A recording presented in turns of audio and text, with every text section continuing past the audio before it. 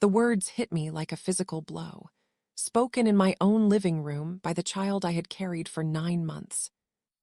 Raised for 35 years and loved without condition. Mommy, you're just not competent anymore. We have to make the hard decisions for you now. Miguel stood in my kitchen, his expensive suit crisp, despite the Miami humidity, holding papers that would strip away my independence. My dignity, my very self.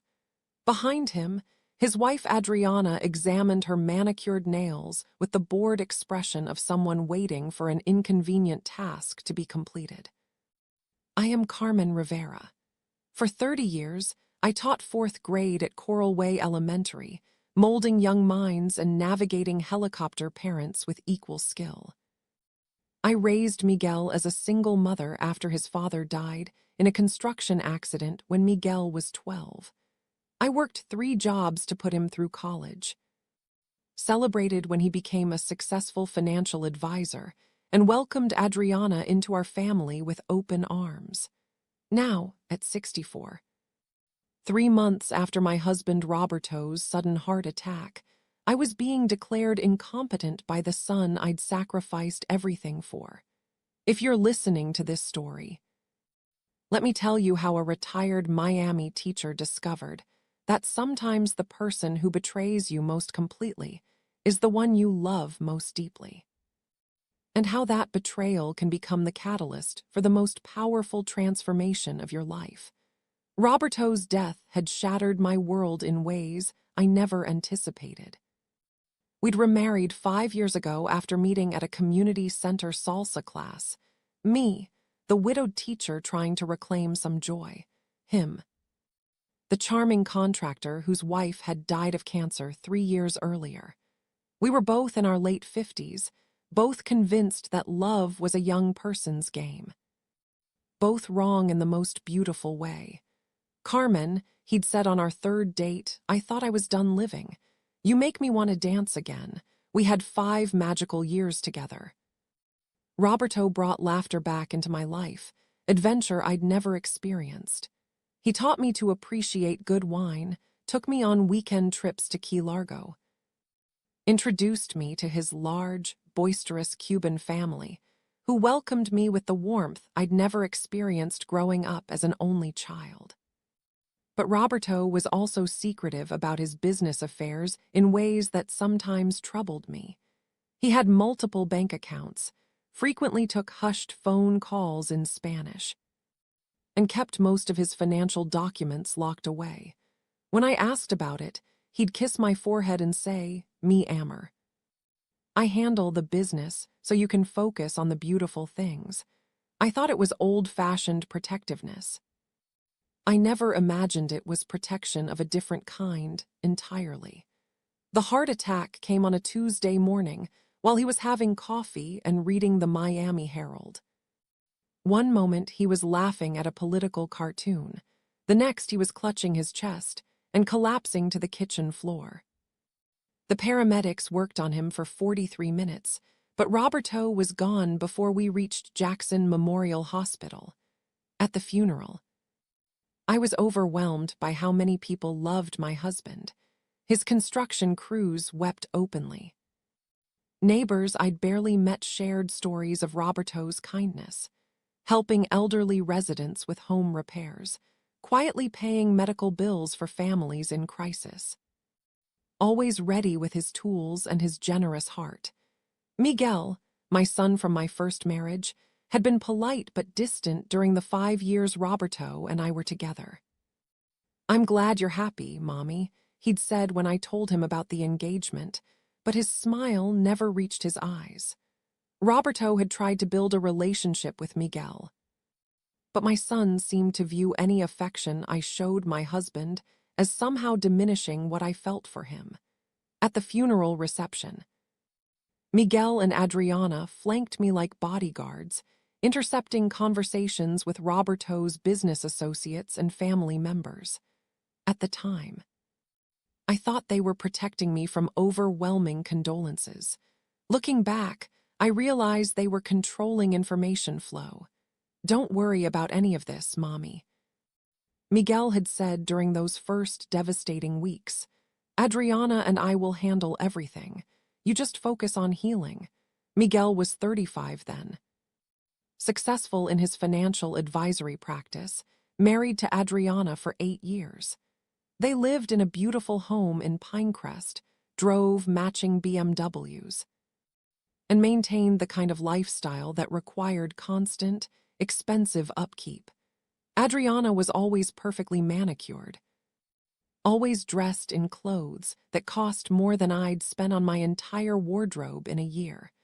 They moved into Roberto's spacious house with me, ostensibly to help me navigate the lawyers, the insurance companies, the endless paperwork. At first, their presence was comforting. The house felt less empty with their voices echoing through the rooms, their children's laughter during weekend visits. Miguel took over paying bills, managing accounts, dealing with Roberto's business partners with an efficiency that impressed me. "Mommy, you shouldn't have to deal with all this business stuff while you're grieving," he'd say. "Let me handle the complicated parts."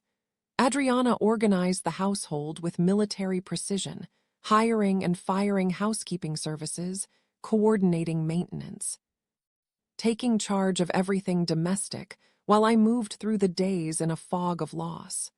"Carmen, you need to focus on taking care of yourself," she'd tell me. "Miguel and I have everything under control." I was grateful, overwhelmed by grief and the complexity of untangling a life shared with someone for such a short, precious time. Roberto had handled all our finances, paid all our bills, managed our investments. I'd been content to let him take care of those details while I focused on my teaching and our relationship. But gratitude slowly transformed into unease as months passed. Bills began arriving with red past due stamps. The cable was disconnected without explanation. Roberto's longtime gardener, Fernando, stopped coming to maintain the beautiful garden Roberto had been so proud of. When I asked Miguel about these things, he'd pat my shoulder condescendingly. "Mommy, Roberto left some debts. Big debts. We're handling it, but it's complicated. Don't worry your head about financial stuff. Don't worry my head." As if 30 years of managing a classroom budget, a household, and Miguel's college expenses as a single mother had taught me nothing about money. As if I hadn't successfully navigated my first husband's death, raised a child alone, and built a comfortable life through careful financial planning. "What kind of debts?" I pressed. Roberto never mentioned any money problems to me. Miguel and Adriana would exchange those quick glances, the kind that pass between conspirators who need to keep their stories straight.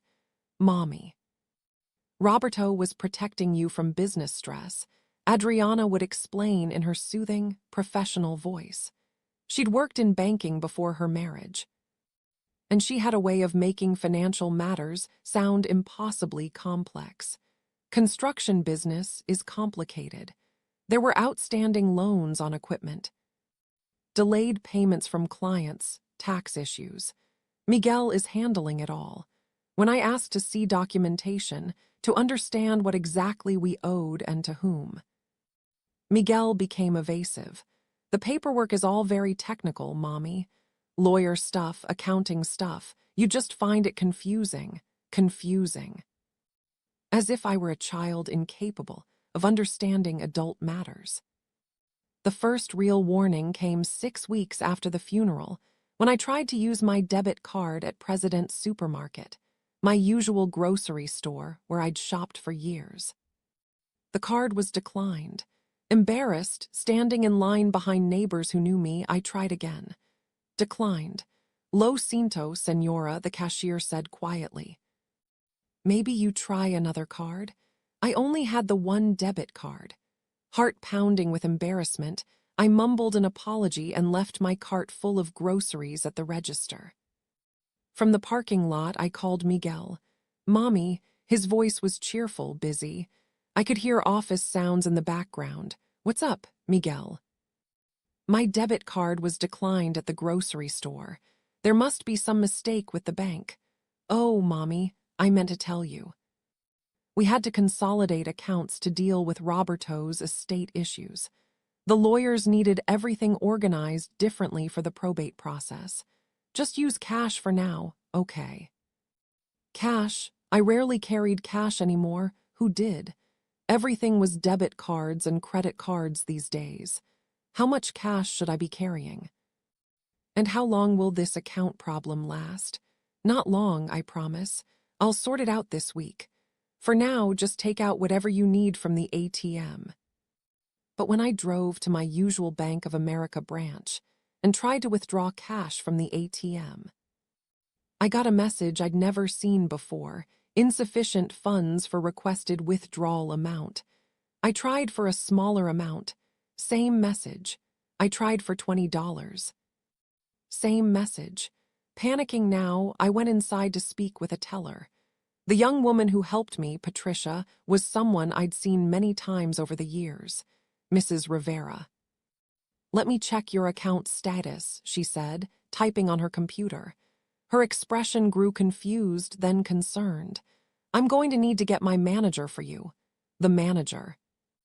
Sandra Walsh was a woman about my age with steel-gray hair and a no-nonsense manner. She pulled up my account on her computer screen, her expression growing increasingly concerned. "Mrs. Rivera, according to our records, your account has been experiencing significant activity over the past 2 months. Large withdrawals, transfers to external accounts. The current balance in your primary checking account is $97.14. My vision blurred. My checking account, which had maintained a balance of around $8,000 for years, was essentially empty. "That's impossible," I whispered. "There must be some mistake. Let me check your savings account as well," Sandra said, her fingers moving quickly across the keyboard. The news was worse. My savings account, the one with $43,000 from my teacher's retirement fund. Money I'd been carefully accumulating for decades, had a balance of $736. Mrs. Rivera. Are you familiar with the recent activity on these accounts?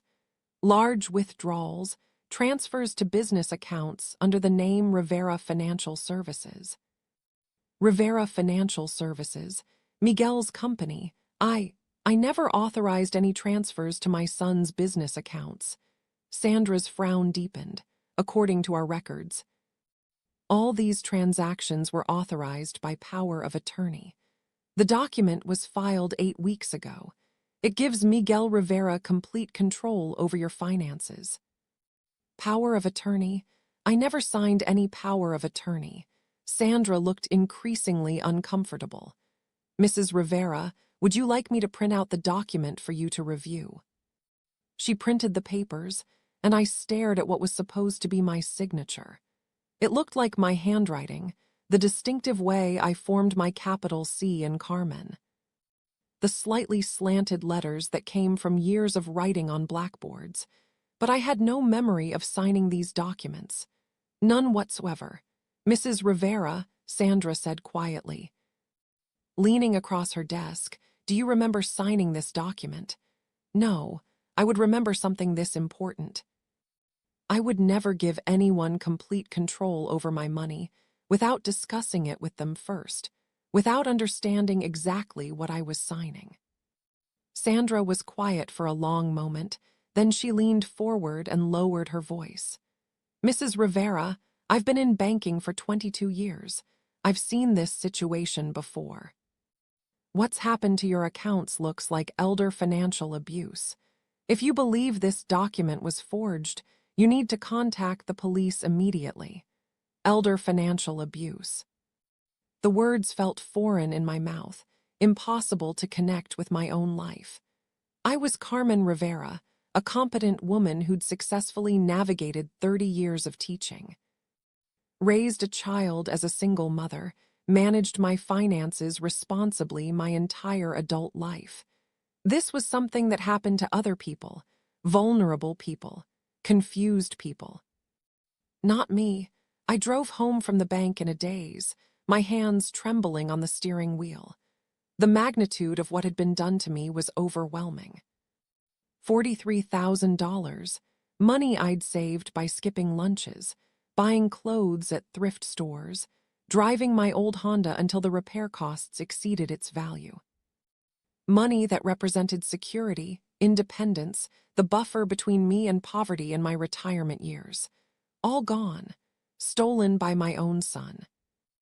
I found Miguel and Adriana in the living room when I returned, laptops open.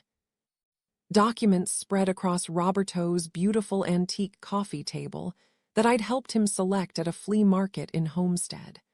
They looked up when I entered. Their expressions carefully neutral, professionally sympathetic. "How was your day, Mommy?" Adriana asked, not looking up from her computer screen, where she appeared to be shopping for expensive handbags online. "Miguel, I went to the bank today," I said. My voice steadier than I felt. "Oh good," he replied absently, focused on his laptop. "You got some cash for groceries?" "No." I couldn't get cash because my savings account is almost empty. $43,000 gone, along with most of my checking account. Miguel looked up then, his expression shifting to one of practiced concern. He closed his laptop and gave me his full attention in a way that felt performative. "Mommy, I told you, Roberto's debts. We've been paying them off systematically to protect your credit score. The last thing we want is for debt collectors to come after the house." "What debts, specifically?" "I want to see the paperwork. I want to understand what we owed and to whom." Miguel and Adriana exchanged that glance again, quick, loaded with unspoken communication. "Mommy.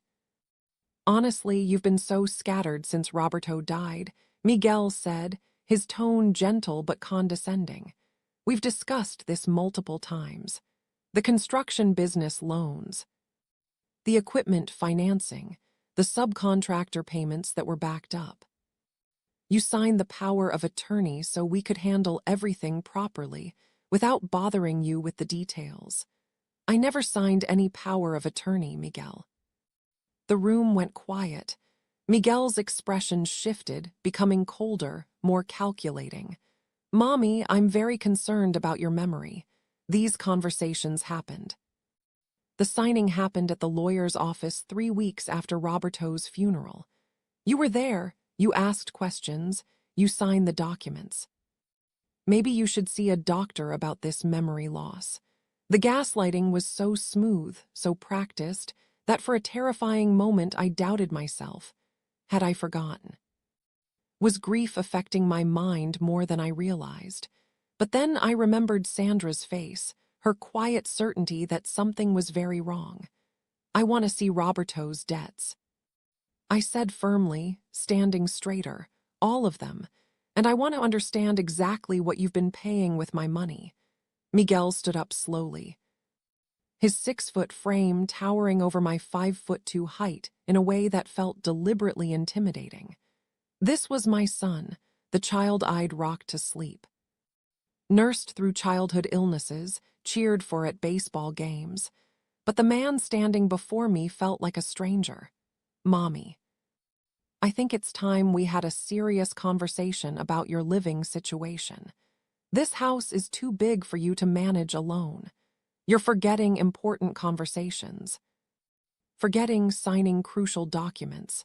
Adriana and I have been talking, and we think it's time to look at some nice assisted living facilities." The world tilted on its axis. "You want to put me in a nursing home." "Not a nursing home," Adriana interjected, her tone professionally soothing. The voice she'd probably used in her banking career to convince customers to sign documents they didn't understand. "A beautiful senior community where you can have friends your own age, activities, medical care on site. No worries about bills or maintenance or any of that stressful stuff that's clearly becoming too much for you to handle." "This is my house," I said, though even as I spoke, I realized I wasn't sure if that was true. Roberto and I had lived here, but whose name was on the deed? In my grief, I'd never thought to verify the basic legal facts of my own life. Actually, Mommy, it's not, Miguel said gently, his voice carrying a note of false sadness. Roberto left everything to me in his will. You can stay here as long as you want, of course, but legally, the house belongs to me now. That's why we need to make some practical decisions about your care. The lies were coming so smoothly, so confidently, delivered with just the right mix of concern and authority. If I hadn't been to the bank, if Sandra hadn't shown me the forged power of attorney, I might have believed him. I want to see Roberto's will. Of course, Miguel said, but first, let's get you evaluated by a doctor. I'm really worried about these memory issues. Doctor. Patterson knows you well from Roberto's medical care. He could do a cognitive assessment, help us understand what's going on. Dr. Patterson, Roberto's cardiologist, who barely knew me beyond polite exchanges in hospital waiting rooms. The implications were clear. They wanted a medical professional to declare me incompetent. I don't need a cognitive assessment, I said firmly. I need to see my husband's will and understand what happened to my money. Miguel's mask slipped for just a moment, revealing something cold and calculating underneath. Then the concerned son expression returned. Mommy, we're trying to help you. But if you're going to be difficult about this, we might need to pursue legal guardianship to protect you from making poor financial decisions. Legal guardianship. The nuclear option. The legal mechanism that would strip away my independence completely, making me a ward of the court, or more accurately, a ward of Miguel. Get out. I said quietly, Mommy, get out of my house. Both of you, now, Miguel's expression hardened. This isn't your house. And you're clearly not competent to make these kinds of decisions.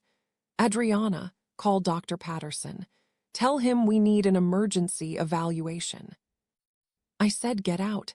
My voice echoed through Roberto's beautiful living room, surprising all of us with its power. I hadn't raised my voice like that since Miguel was a teenager, and the sound seemed to reverberate off the walls. For a moment, Miguel looked like the child he'd once been, startled, uncertain. Then his jaw set in a way I remembered from his difficult adolescent years. Fine, we'll stay at the Marriott tonight. But Mommy, this conversation isn't over. We're going to get you the help you need, whether you want it or not. They packed hastily, whispering to each other in urgent tones, as they loaded suitcases into their BMW. I watched from the window and felt something I hadn't experienced in months: clarity. My son and his wife weren't trying to help me. They were systematically dismantling my life, and they were doing it with the calm efficiency of people who'd planned every step. The house felt different after they left. Not just quieter, but somehow lighter. I walked through the rooms Roberto and I had shared, touching the furniture we'd chosen together, the artwork we'd bought on our trips, the life we'd built in our too short time together. In Roberto's study, I sat at his massive oak desk and tried to make sense of what had happened. Where were his important papers? His will, his business documents, his financial records. Miguel had said he'd organized everything, but I'd never seen any of it. That night, I lay awake in the king-size bed Roberto, and I had shared, staring at the ceiling and replaying every interaction I'd had with Miguel since the funeral. How many red flags had I missed in my grief? How long had he been planning this? And more disturbing, if Roberto had really left everything to Miguel. Why had my son needed to forge a power of attorney to access my personal accounts? Why steal from me if he'd already inherited everything? Unless Roberto hadn't left everything to Miguel, unless that was another lie. The next morning brought new revelations. Roberto's next-door neighbor, Mrs. Gutierrez, knocked on my door with a casserole and a concerned expression. "Carmen, mi querida, I've been worried about you," she said in her heavily accented English. "Miguel. He came to my house yesterday asking about Roberto's papers. He said you were having memory problems, that he needed to find important documents for your medical care." What kind of documents was he looking for? "A safe," he said. "Roberto had told him there was a safe somewhere in the house with medical records you might need." He asked if Roberto ever mentioned hiding anything with me or other neighbors. A safe. Roberto had never mentioned a safe to me, but then again. He'd been secretive about many aspects of his business affairs. "Did you tell Miguel anything?" Mrs. Gutierrez shook her head. "I told him Roberto never left anything with me." "But Carmen," she lowered her voice, "Roberto did mention something once when he was helping my husband fix our air conditioning. He said he kept important papers where Carmen would think to look if something happened to him, where I would think to look. Roberto knew me well enough to understand that if something happened to him, I'd want to understand his business, his finances, his wishes. If he'd hidden something, it would be somewhere that made sense to me, not to anyone else. After Mrs. Gutierrez left, I systematically searched the house. Roberto's home office was the obvious place. But Miguel had already gone through everything there. I checked our bedroom, the kitchen, even the garage workshop where Roberto kept his tools. It was in the closet of the guest bedroom, the room that had been mine before we married, the space Roberto had always called Carmen's sanctuary, that I found it. Behind my old photo albums and yearbooks from my teaching career was a small fireproof safe I'd never noticed before. The combination lock was numerical. I tried Roberto's birthday, our anniversary, various dates that might have meant something to him. Nothing worked. Then, on impulse, I tried my birthday, month, day, year. The safe opened. Inside were documents that made my hands shake as I read them. Roberto's real will, dated just 6 months before his death, leaving everything, the house. His business assets, his life insurance policies to me, not to Miguel, to me, but that wasn't the most shocking discovery. There were also bank statements showing that Roberto had been gradually moving money into accounts that Miguel couldn't access. Hidden savings accounts, investment funds, even a small property in the Keys that I'd never known about. Roberto had been systematically protecting assets from someone he didn't trust, and there were recordings. Hours and hours of digital audio files on a small device. Conversations between Miguel and Adriana that Roberto had been secretly recording for months before his death. With trembling fingers, I plugged in headphones and pressed play on the first file. Miguel's voice, clear and cold. "The old man won't live forever. His heart is already weak. When he goes, we need to be in position to control everything before Carmen figures out what's happening." Adriana's response. "She's so naive about money. She'll believe whatever we tell her about debts and expenses. The key is to get power of attorney immediately, before she has time to think clearly. And if she resists, we declare her incompetent. Grief-induced dementia, inability to manage complex financial affairs. I know doctors who will testify to whatever we need." I listened in horror as they discussed my future like I was already dead. They talked about which assisted living facilities were cheapest, how quickly they could liquidate assets, how to maximize their profit from my misery. But the most chilling moment came near the end of one recording. "Miguel, if she gets too difficult, we can always increase her medications. Keep her compliant until we can get legal guardianship. Adriana, the house alone is worth $800,000, plus her teacher's pension, Roberto's life insurance. The business assets? We're talking about over $1 million total. Miguel, she won't live forever anyway, and honestly, after what she put me through growing up, maybe it's time she paid me back. What I put him through growing up. I had sacrificed everything for Miguel, worked multiple jobs, lived in tiny apartments, drove dying cars. All so he could have opportunities I'd never had. And this was how he remembered his childhood. The recordings revealed the depth of their planning. They'd been preparing for Roberto's death for over a year, consulting lawyers about guardianship procedures, researching my financial assets, even identifying potential buyers for the house. My son hadn't just decided to steal from me in a moment of greed. This was a carefully orchestrated campaign to destroy my independence and dignity, planned while Roberto was still alive and I was still happily married. I called Sofia Martinez immediately. Sofia Martinez was a legal aid attorney whose daughter had been one of my students years earlier. Sofia had always been a fierce advocate, the kind of lawyer who took on cases that mattered more than cases that paid well. "Mrs. Rivera, I remember you," Sofia said warmly when I reached her. "Teresa still talks about your fourth-grade class. What can I do for you?" I told her everything, the missing money, the power of attorney I didn't remember signing, Miguel's talk of assisted living and my supposed incompetence, and most importantly, Roberto's hidden recordings. "Mrs. Rivera, can you come to my office today? And bring any financial documents you can find." Sofia's office in Hialeah was small but efficient, decorated with photos of the families she'd helped and children's artwork from grateful clients. Sofia herself was in her early 30s, with dark hair pulled back in a practical ponytail and eyes that missed nothing.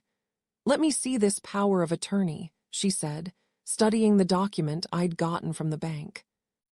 After examining it under a magnifying glass, she looked up with grim satisfaction. "Mrs. Rivera, this signature is forged. It's a good forgery. But it's definitely not authentic. See how the pen pressure is different in certain letters, and the way your R is formed? This was traced, not signed naturally." Relief flooded through me. I wasn't losing my mind. "There's more," Sofia continued. "I've been researching your son's business. Miguel Rivera Financial Services has had some complaints filed with the state. Clients claiming he mismanaged their investments, made unauthorized trades. You think he's been stealing from other people too? I think your son has been living beyond his means for quite some time, and when Roberto died, he saw an opportunity to solve his financial problems with your money." Sofia pulled out a legal pad. "Mrs. Rivera, I need you to tell me everything you can remember about Roberto's assets, his will, anything he might have said about providing for you." As I spoke, Sofia took detailed notes. When I mentioned Roberto's secretive phone calls and business dealings, her eyes sharpened. "Did Roberto leave any personal papers? Anything Miguel might not have found?" I told her about the safe, about Roberto's real will and the hidden assets. When I mentioned the recordings, Sofia's expression became fierce with professional satisfaction. "Mrs. Rivera, those recordings are gold.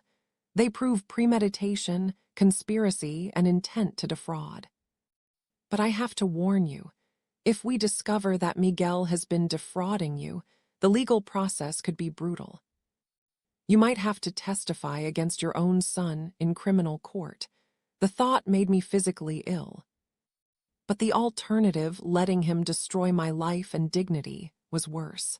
What do I need to do? First, we document everything. Every missing dollar, every forged signature, every lie. Then we set a trap. Over the next 2 weeks, Sofia and I worked like detectives. She had a forensic accountant friend who traced my missing money through a complex web of business accounts. We discovered that Miguel had been systematically draining my accounts for 3 months, moving money through a series of shell companies to obscure the trail. More disturbing, we found evidence that he'd been forging my signature on documents for over a year, even before Roberto died. He'd been planning this betrayal while Roberto was still alive, waiting for his opportunity. Mrs. Rivera, Sophia said during one of our meetings, "I need to ask you something difficult. Based on these recordings, it's clear Roberto knew about Miguel's character and was trying to protect you. The hidden accounts, the separate property, even the recordings themselves. Your husband was building a case. I thought about Roberto's occasional worried expressions when Miguel visited. The way he'd sometimes change the subject when Miguel talked about money or investments. Sophia, there's something else I need to tell you. Roberto used to joke about insurance policies whenever Miguel would talk about expensive purchases or get-rich-quick schemes. He'd say it in Spanish, "Pólizas de seguro," and give me this look like he was trying to tell me something important. Sophia leaned forward. "Mrs. Rivera, I think Roberto was trying to prepare you for this exact situation.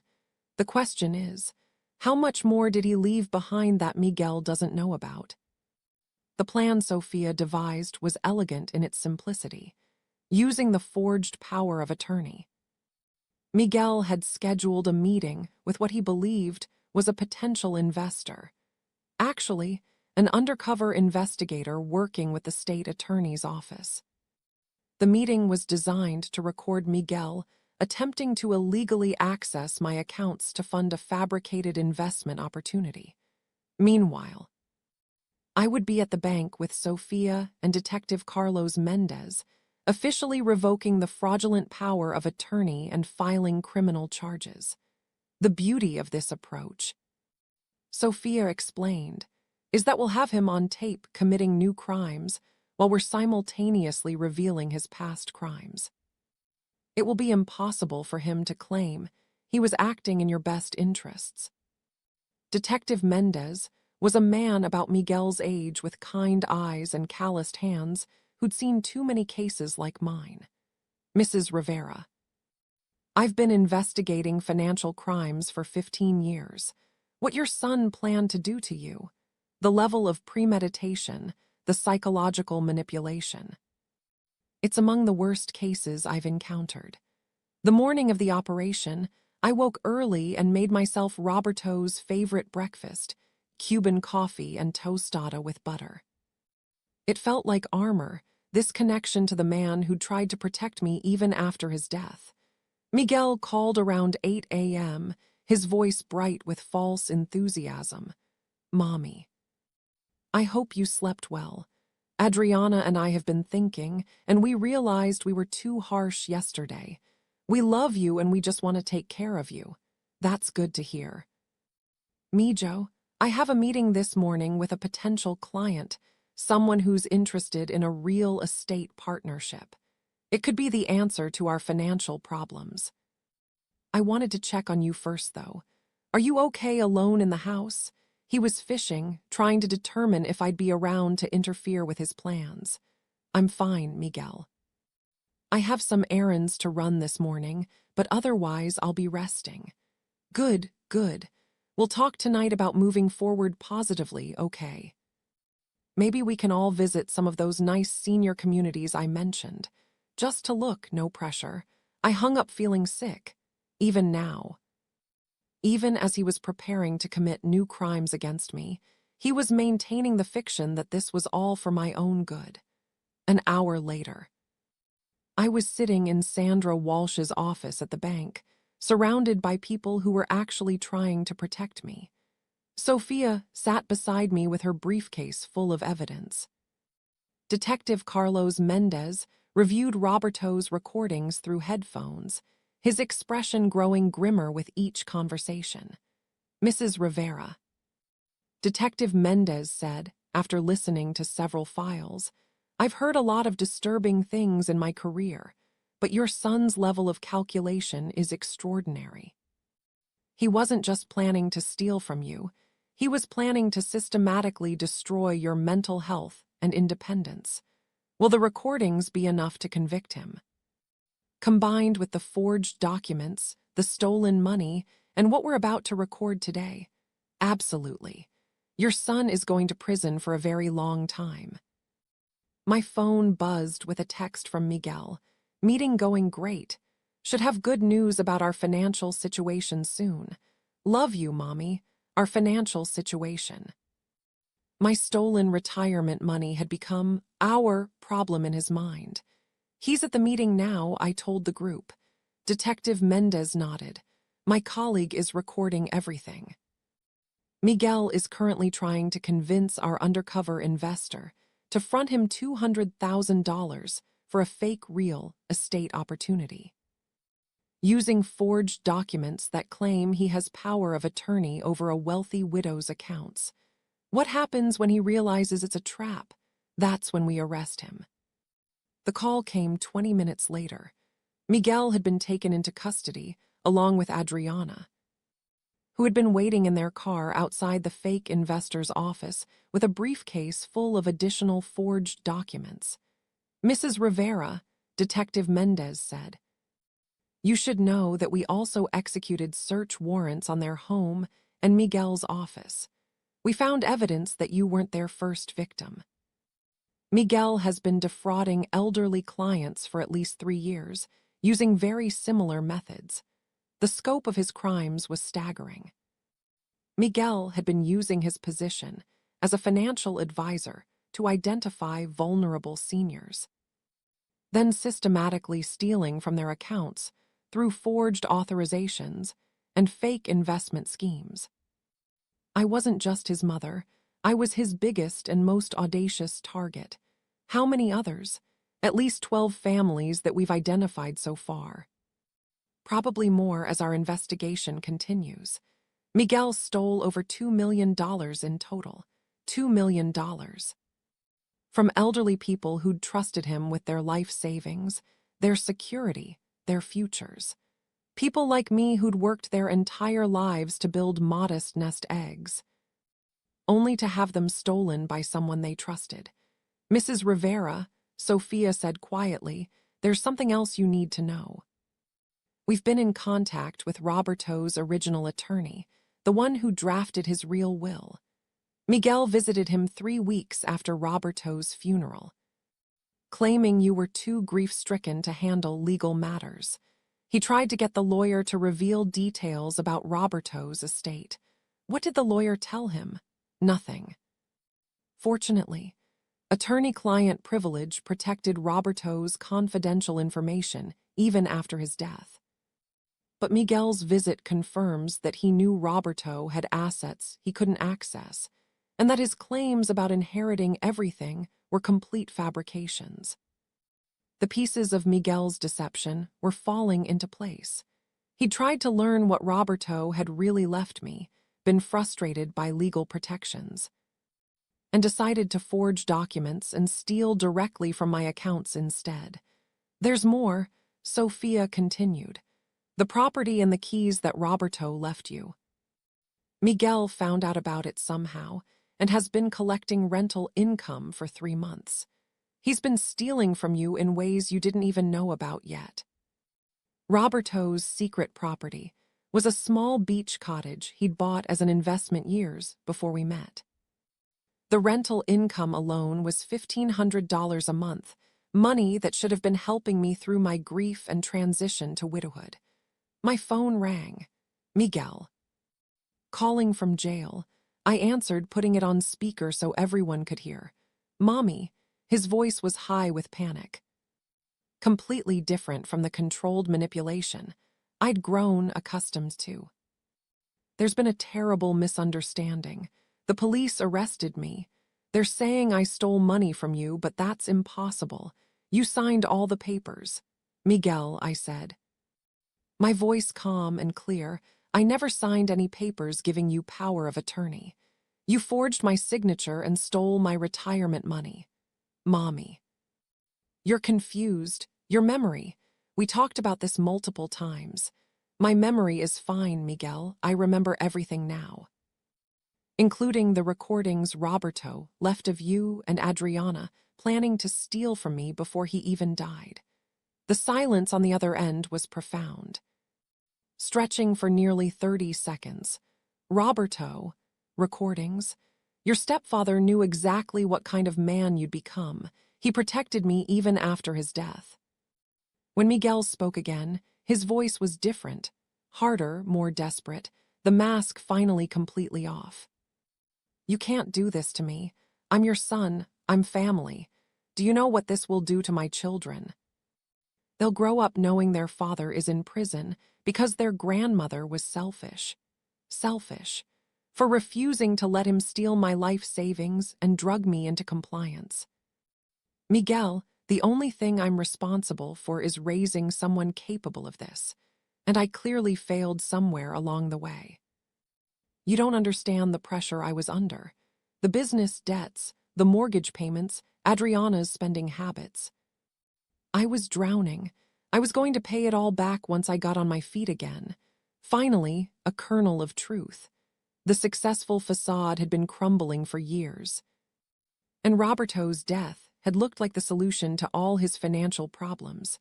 Miguel, you recorded yourself saying I wouldn't live forever anyway, and that maybe it was time I paid you back for your childhood. What exactly do you think I put you through? Do you know what it was like growing up poor? Watching other kids have things I couldn't have.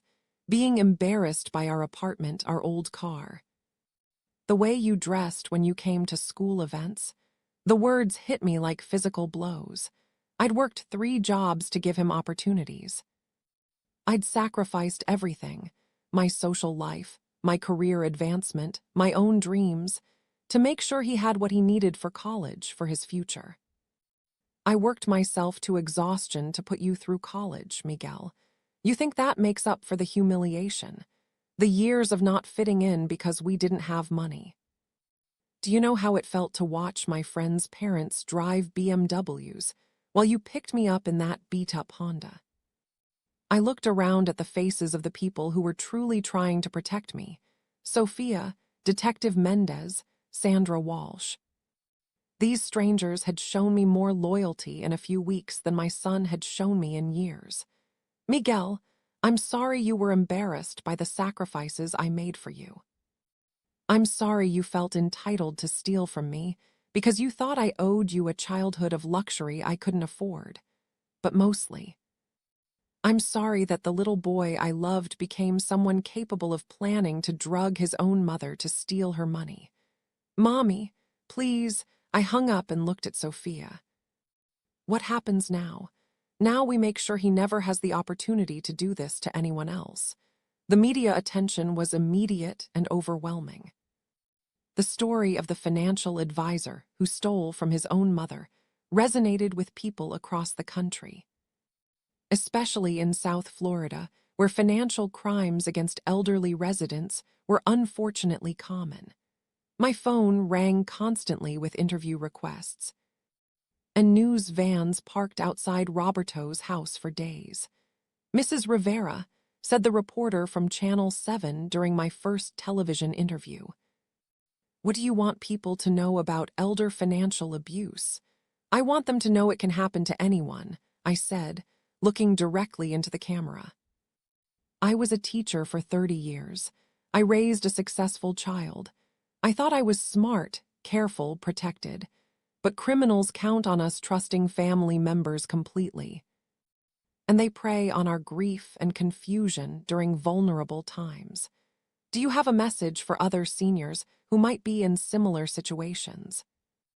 Don't be ashamed to ask for help. Don't let anyone convince you that you're too old or confused to understand your own finances. And remember, family members who truly love you will never ask you to sign documents you don't understand, or make financial decisions without your full participation and consent. Any word from Miguel since his arrest? Miguel had been writing me letters from the county jail. Dozens of them. I'd read the first few, filled with self-pity and blame, before instructing Sophia to handle all communication through legal channels. My son made his choices. I've made mine. Some relationships can't be repaired, and that's okay. I'd rather have no relationship than a toxic one built on deception and abuse. The trial 6 months later became a media sensation throughout South Florida. Miguel's defense attorney, an expensive lawyer paid for by liquidating his remaining legitimate assets, tried to paint me as a confused widow manipulated by opportunistic lawyers into betraying her loving son. But Roberto's recordings destroyed that narrative completely. When the prosecutor played them in court, the jury sat in stunned silence. Miguel's voice, cold and calculating, "She won't live forever anyway. We just need to keep her manageable until we can liquidate everything." Adriana's response, "The medications will help with that. My cousin works at a pharmacy. She can get us what we need to keep Carmen compliant." When the jury heard Miguel discussing which medications might make me more manageable, the case was over. Several jurors visibly recoiled. His defense crumbled, and even his own expensive attorney seemed disgusted by the evidence. "Mrs. Rivera," the prosecutor asked during my testimony, "when did you first realize your son was stealing from you?" "When I tried to buy groceries and my card was declined. $43,000 of my retirement savings, gone. Money I'd saved by skipping lunches, buying clothes at thrift stores, working weekend tutoring jobs. Every dollar represented hours of my life, sacrifices I made for my future security." The prosecutor played more excerpts from Roberto's recordings. The courtroom was silent as Miguel's voice filled the air, discussing my death as a financial opportunity, planning to drug me into compliance, calculating how quickly he could sell my home. "Mrs. Rivera, how did it feel to hear your son and daughter-in-law discussing your future this way?" It felt like discovering that the child I'd raised and loved had died years ago, and been replaced by a stranger who saw me as nothing more than a source of money to solve his problems. Miguel's sentencing was swift and decisive. 8 years in federal prison for elder abuse, fraud, conspiracy, and money laundering. Adriana received 4 years as a co-conspirator. They were ordered to pay full restitution plus damages, over $300,000 when interest and penalties were included. "Mr. Rivera," Judge Martinez said before pronouncing sentence, "You violated the most fundamental trust that exists between family members. You preyed upon your mother's grief, forged documents, stole her life savings, and planned to drug her into compliance. This court has rarely seen such a comprehensive betrayal of family duty." Miguel looked older, smaller than the confident man who tried to convince me I was losing my mind. The Orange County Jail jumpsuit hung loose on his frame. Prison had not been kind to him during the months leading up to trial.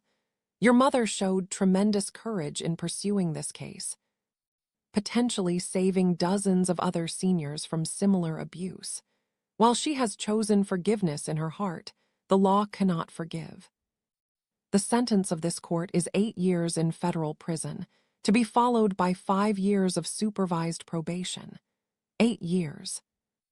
Miguel would be 43 when he was released. His children, my grandchildren, would be teenagers who barely remembered him. His career in finance was over permanently. The life he'd built on manipulation and lies had collapsed completely. After the sentencing, reporters surrounded me outside the courthouse. Camera crews from 3 local stations and CNN jostled for position. "Mrs. Rivera, you've become a symbol of empowerment for seniors facing family abuse. What advice do you have for others in similar situations? Don't let anyone convince you that family loyalty means accepting abuse," I said, feeling stronger and more clear than I had in years. Real love doesn't require you to sacrifice your dignity, your security, or your independence. And remember, it's never too late to fight back, no matter how old you are or how hopeless the situation seems. Any message for Miguel? I thought about the little boy who used to help me grade papers at our kitchen table, who'd been so proud when I came to his college graduation, who'd once called me his hero when I worked 3 jobs to keep him in school. I hope prison gives him time to remember who he used to be before greed consumed him. But I won't be waiting for that transformation. I have my own life to rebuild. What's next for you, Mrs. Rivera? I'm starting a foundation to help other families facing elder financial abuse. No one should have to go through what I went through alone. A year after the trial, I was living in a beautiful townhouse in Coral Gables that I'd chosen and purchased with Roberto's life insurance money. The space was entirely mine, furniture selected for comfort rather than impression, artwork that made me smile. A small garden where I grew the vegetables Roberto and I had always planned to cultivate together. I'd started the Carmen Rivera Foundation for Elder Financial Protection, using part of my recovered assets to fund legal aid for seniors facing family financial abuse. Sophia had left her legal aid job to become the foundation's full-time director.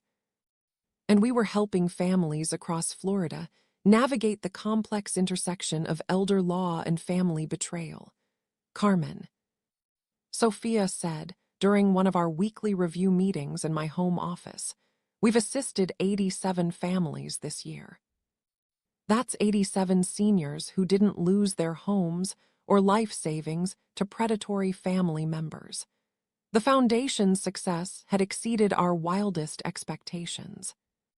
We provided free legal representation, connected families with resources for financial recovery, offered counseling for the emotional trauma of family betrayal, and most importantly, helped elderly victims understand that they weren't alone and weren't powerless. You know what the best part is?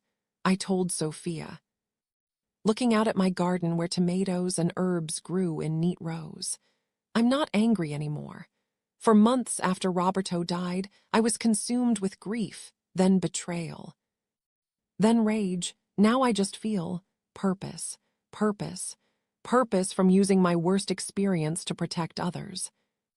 Purpose from building something meaningful from the ashes of the worst betrayal of my life. Purpose from proving that it's never too late to transform your life completely. No matter what age you are. My phone rang, Channel 7 again. They were producing a documentary about elder financial abuse, and I'd agreed to be interviewed about the foundation's expanding work. Mrs. Rivera, you've become one of the leading advocates for elder rights in Florida. Looking back, do you have any regrets about pursuing criminal charges against Miguel? I thought about the question seriously. Miguel was now 3 years into his prison sentence. His children had been raised by Adriana's parents after she was released, visiting their father occasionally, but essentially growing up without him. The family I'd once cherished was destroyed beyond any possibility of repair. My only regret is that I didn't recognize the signs sooner, I said finally. That I didn't trust my instincts when things felt wrong. That I let grief cloud my judgment for so long. But pursuing justice, no regrets at all. Miguel made adult choices with devastating consequences. He doesn't get to escape those consequences because he's my son. What would you say to Miguel if you could speak to him today? Miguel had continued writing letters from prison, dozens and dozens of them. I'd had Sophia handle all correspondence, but I knew he'd written asking for forgiveness, for visits, for some sign that our relationship could be rebuilt after his release. I would tell him that actions have permanent consequences and some damage can never be repaired. He didn't just steal my money, he stole my ability to trust him. To love him without reservation, to see him as my child rather than someone who betrayed me in the most fundamental way possible. That seems harsh to some people. It's realistic, I corrected. I spent 64 years learning to set appropriate boundaries with people. Miguel taught me that even family relationships have limits.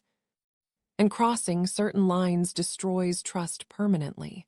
Some bridges, once burned, can never be rebuilt. After the interview crew left, I walked through my peaceful home. Surrounded by photos of the families, we'd helped through the foundation, artwork from grateful clients, and mementos from the life I'd built after betrayal. Tomorrow, I would meet with 3 more families dealing with elder financial abuse. Next week, I was testifying before the Florida State Legislature about strengthening protections for seniors. Next month, I was flying to Washington, D.C. to speak at a congressional hearing on family financial crimes. At 66, I had become someone I'd never imagined, an advocate, a fighter. A woman who refused to be diminished or dismissed because of her age or circumstances. Roberto's picture sat on my mantle, next to a photo of us dancing at our wedding 5 years ago. Sometimes I talked to him about the foundation, about the families we were helping, about the woman I'd become after losing him and surviving Miguel's betrayal. "You knew," I said to his photograph that evening, as I did most nights. "You saw Miguel's character before I did, and you tried to protect me. Thank you for giving me the tools to save myself and to save others." The evening news was doing a follow-up story about Miguel's case. The reporter mentioned that he'd been denied early parole and would serve his full sentence. The Miguel Rivera, who'd once been a successful financial advisor, was now just another inmate. His manipulation skills useless in an environment where survival depended on different kinds of strength. Some people might say I was too hard on my son, too unforgiving, too willing to destroy my own family over money. They might argue that blood is thicker than water, that family should always come first, that I should have found a way to work things out privately. But I'd learned something crucial during this ordeal. Water sustains life. Blood can poison you if it's toxic enough. I chose life. I chose dignity. I chose justice over comfort, truth over false peace, and self-respect over destructive loyalty. And in making those choices, I discovered something I never expected, the most authentic version of myself I'd ever been. The woman who'd been afraid of being alone discovered she was actually afraid of being trapped with people who saw her as a victim rather than a person. The woman who'd thought she needed protection realized she was perfectly capable of protecting herself and others. And the woman who'd been betrayed by her own son learned that sometimes the most powerful response to betrayal is to live so well, so purposefully, and so authentically that the betrayer becomes irrelevant to your happiness. Miguel had taught me something valuable. Though he'd never intended to, I was stronger than I'd ever known. And that strength, once discovered, could never be stolen again.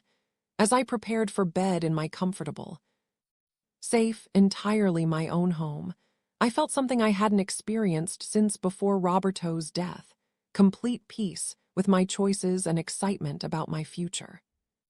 The foundation was growing every month. More families were getting help. Laws were changing to better protect seniors. And I was living proof that it's never too late to save your own life and use that salvation to save others. Miguel was serving his sentence, learning too late that some betrayals cannot be forgiven or forgotten. His letters remained unopened, his pleas for reconciliation unanswered. Some relationships, once broken by such fundamental betrayal, cannot and should not be repaired. Because the last laugh, as it turned out, belonged to the woman he'd underestimated, dismissed, and betrayed, the woman who rose from the ashes of his deception to become everything he'd never imagined she could be. The woman who chose justice over family loyalty. And in doing so, found her truest family among the strangers who saw her worth when her own son saw only opportunity. That woman was me, and I was finally, completely, authentically free.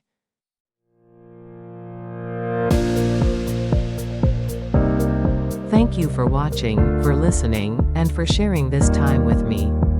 If you enjoyed this journey, please don't forget to hit that subscribe button so you don't miss the next story.